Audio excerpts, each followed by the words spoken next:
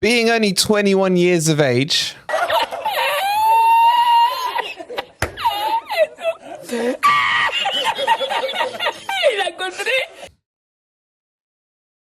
I thought it's just about time that I run you through who I think the greatest Forest 11 are of my lifetime. But I want to know if you agree or disagree with them. Let's get into it.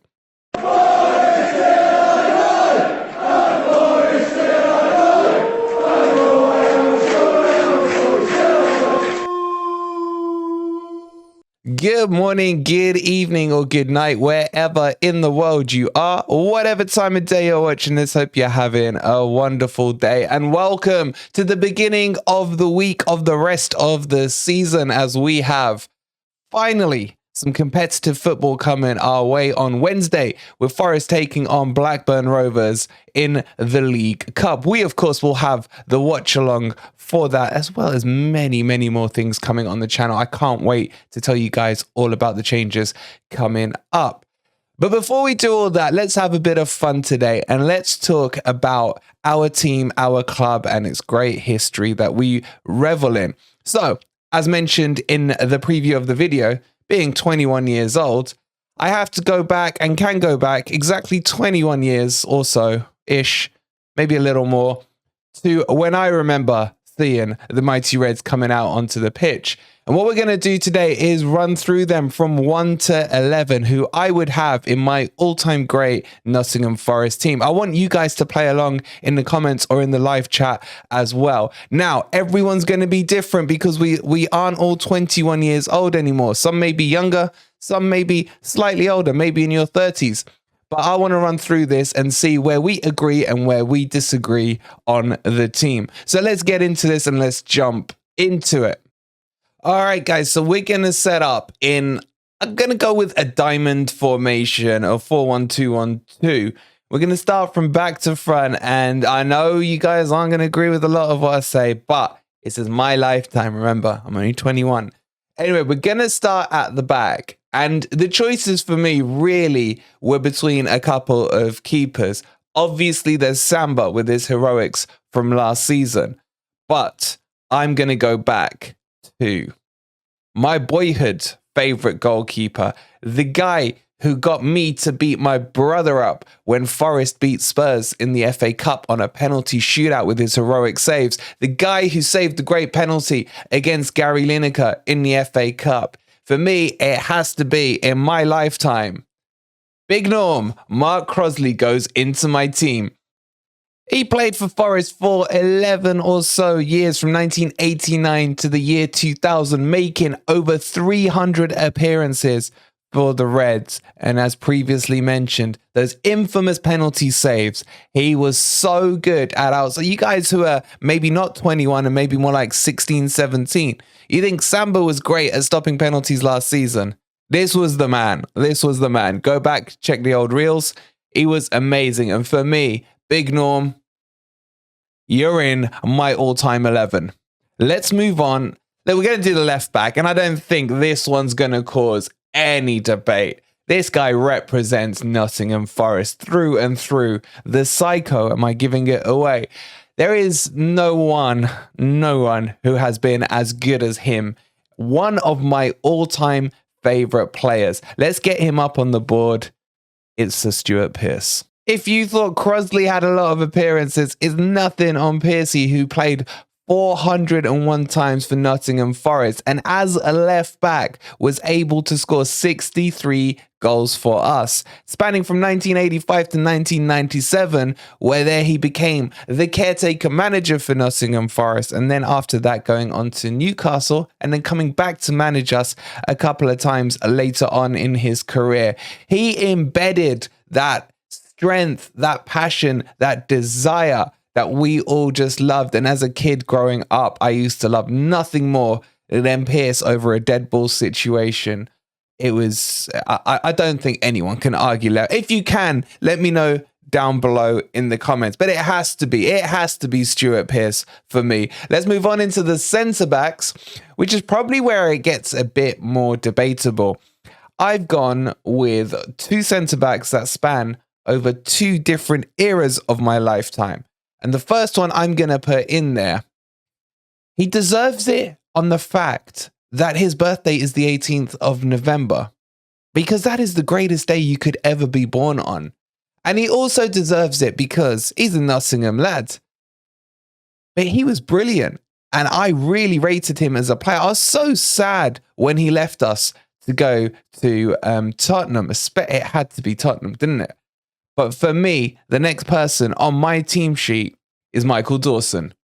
He lit up the City Ground from 2001 until 2005 with 83 appearances, then returned in 2018 with a further 28 appearances to take him over the magic 100 mark for Forest. In his first stint at Forest, he scored, I believe, 7 goals, but then he moved to Spurs. That double move with him and Reed had me in tears. £8 million for two players of that quality was sacrilegious for me, and it still hurts to this day. But Michael Dawson is one of the best defenders I had the pleasure of seeing at the City Ground. Let's move on to who I would pair him with. And this spans back a different era to him, one slightly earlier. Look, I thought about Des Walker before you lot start on me. But Des Walker, honestly, no joking aside now, I don't remember him that well in the first stint. The thing that sticks out for me with Des Walker was the Sheffield United own goal. That lives deep in my memories. So I haven't gone for Des Walker, although I've seen plenty of his younger days at Nottingham Forest and fully respect him. But that was pre my era. So don't hang me in the comments for that. You probably still will.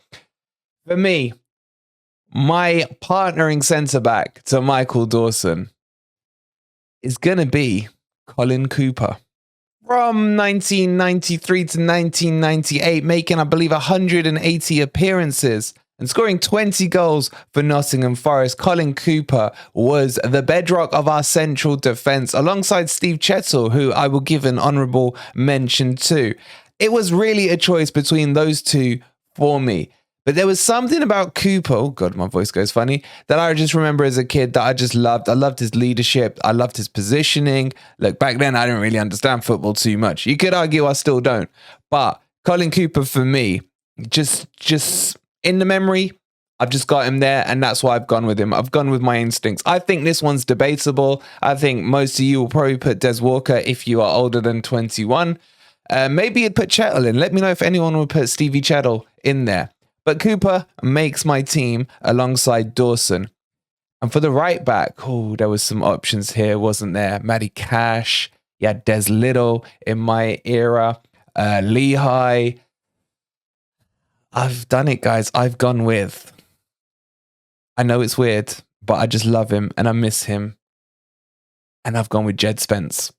Yes, I know it was only 39 appearances and 2 goals. But what a goal that QPR one was. And the Leicester one, to be fair. But that QPR goal was on levels. But it's what he did in those 39 games that changed our season. I put him down as one of, if not the most important player of that season. What he brought out of Brennan Johnson that made Brennan Johnson the player he was and is. I just think the chemistry there was ridiculous. Am I judging him on too short a time span at Forest? I probably am, but I don't care. I love the guy, and this isn't about me being right or wrong. This is about who I want in my 11. But that is my back 5. Big Norman goal, psycho left back, Jed Spence on the right, Dawson in the middle with Colin Cooper. What do you guys think to the back 4? Let's move into the midfield.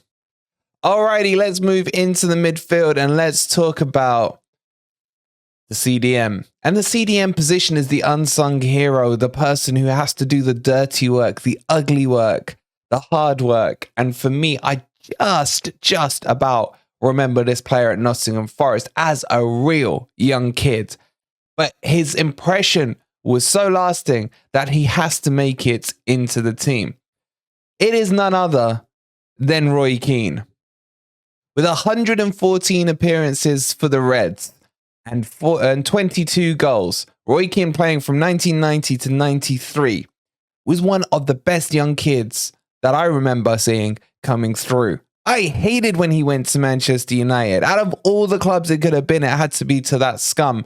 But look what he went on to achieve as well. One of the most decorated footballers. One of the no-nonsense speaking pundits now. Coming back to Forest as well as an assistant in, when was it, 2019-ish?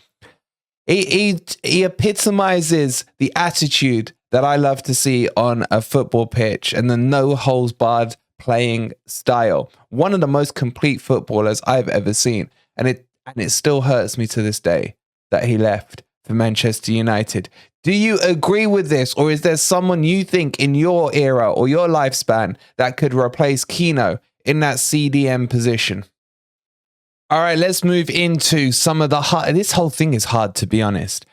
But right midfield and left midfield, oh God, this one I had to think about for a while. I think back to McGugan. What a great player he was. Mieszki, I really liked him as well. Technically could play it out on the right. There's so many options. I thought about squeezing Chris Bart-Williams into the team as well. As a kid, I loved him, loved his name as well. You had Lars Bohinen, even though he's a bit further forward thinking. But there was so many players here. And of course, Joe Lolly. Prime Joe Lolly was very close to making it into the team. But this little northern brute, he had to make it into the team. I just can't not have him in, having grown up with him and watching him on that right wing. It's Steve Stone. Steve Stone was amazing. Amazing little northerner for me at Nottingham Forest. Epitomized the work rate, the work rate and work ethic, should I say. You could tell he was influenced by Stuart Pearce. He was brilliant. He was just brilliant at what he did. Not pretty on the eye, not exciting, but got the job done for me. And what a player he was. 189 appearances, 23 goals, spanning from 1989, I think it was, to 1998 or 99, something like that. But what a player he was and what joy he brought to me. And don't forget, this was one of the last Forest players to be named in an England team since, well, Henderson being named this season. So that's how good he is. So we got to give him the credit on that. Look, I'm just making a case for my boy Steve Stone. Do you agree or disagree? There are, I grant you, a decent amount of options on that right-hand side. But let me know in the comments down below. Let's move on to the left midfielder. Oh, again, this was tough. This was tough. But I go back to the most pleasurable times of my childhood when Forest were playing Spurs. It's always going to span to these games that stick out in my mind. And again, it was the FA Cup. It was that triple match against Spurs where it got, we drew, then it was snowed off, then it was replayed, then we got to extra time and penalties. But why did we get there? Because one certain individual was a magical genius with long-range shots and free kicks. And those free kicks against Spurs were out of this world. They broke my brother's heart. It was putting like the biggest smile on my face ever. His goal against Newcastle. Oh, what a goal that was. 25-yard screamer. We are talking, if you haven't figured it out already, about Ian Woan. 218 appearances. 41 worldies into the back of the net from 1990 to 2000. What a player Ian Woan was. Look, for me, it was between him and Andy Reid, if I'm being honest. I loved Andy Reid so much. But what swayed it is that Reedy left us for Spurs. And I couldn't forgive that. Ian Woan goes in because of the joy and the goals and everything he brought to Nottingham Forest. Now, you older generation, I know who you're going to go for. But don't forget, I'm only 21. Let's get into the exciting positions. The cam and the front three, or the number 10 and the two number 9s. This one, I'll be honest with you, was probably the easiest one that I had to do. It was very, very simple. This guy is my favorite player of all time. I love him. I loved everything about him. And he just made my childhood a joy. Going into school, laughing at those Manchester United glory supporting fans, laughing at those Liverpool wannabe fans.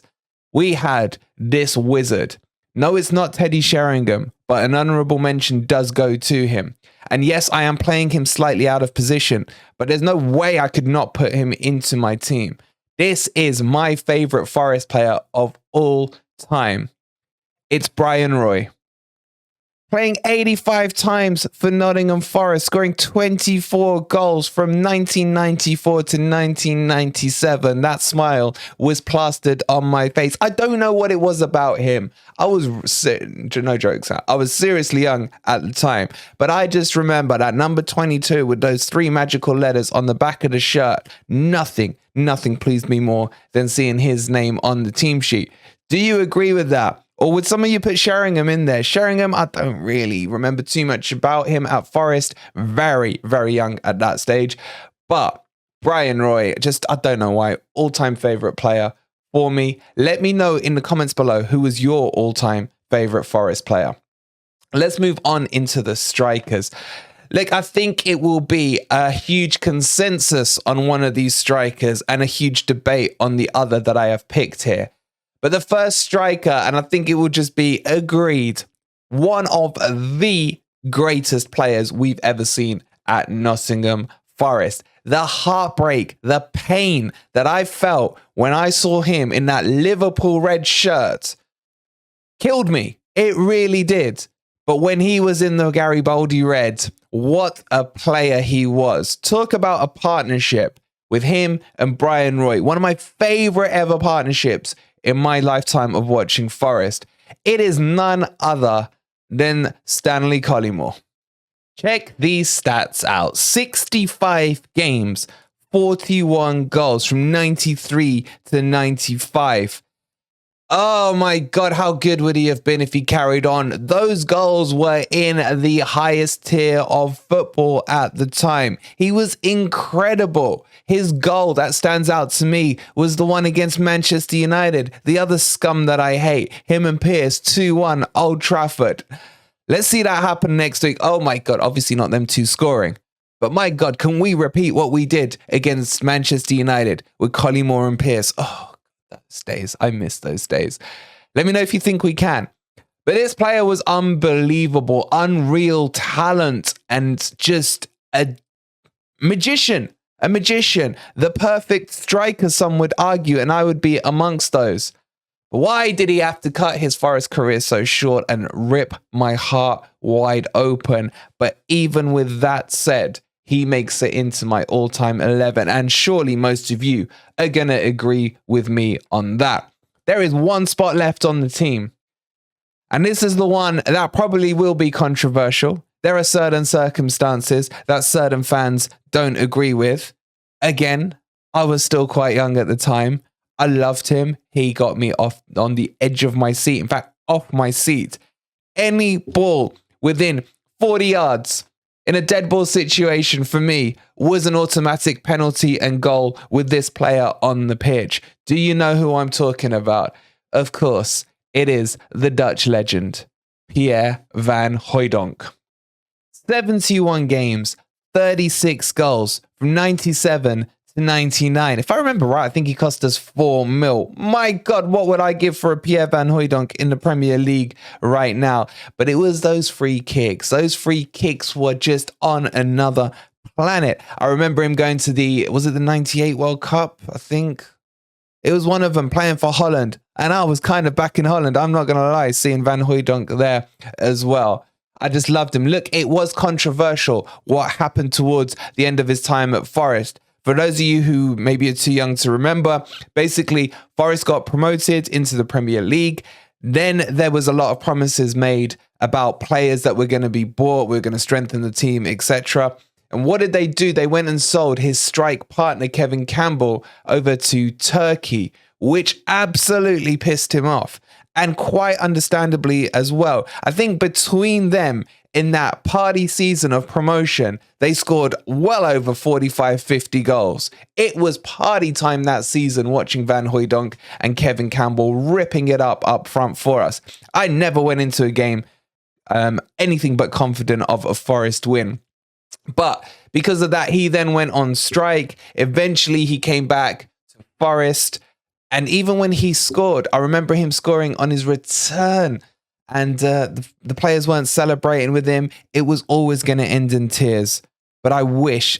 Look, for me, the controversy was the sale of Kevin Campbell. Had they not done that, we had a team that was going to literally pull up trees, no pun intended, that year we went up. But it is history. We can't rewrite it. But what I can do is put Pierre Van Hooijdonk in my 11.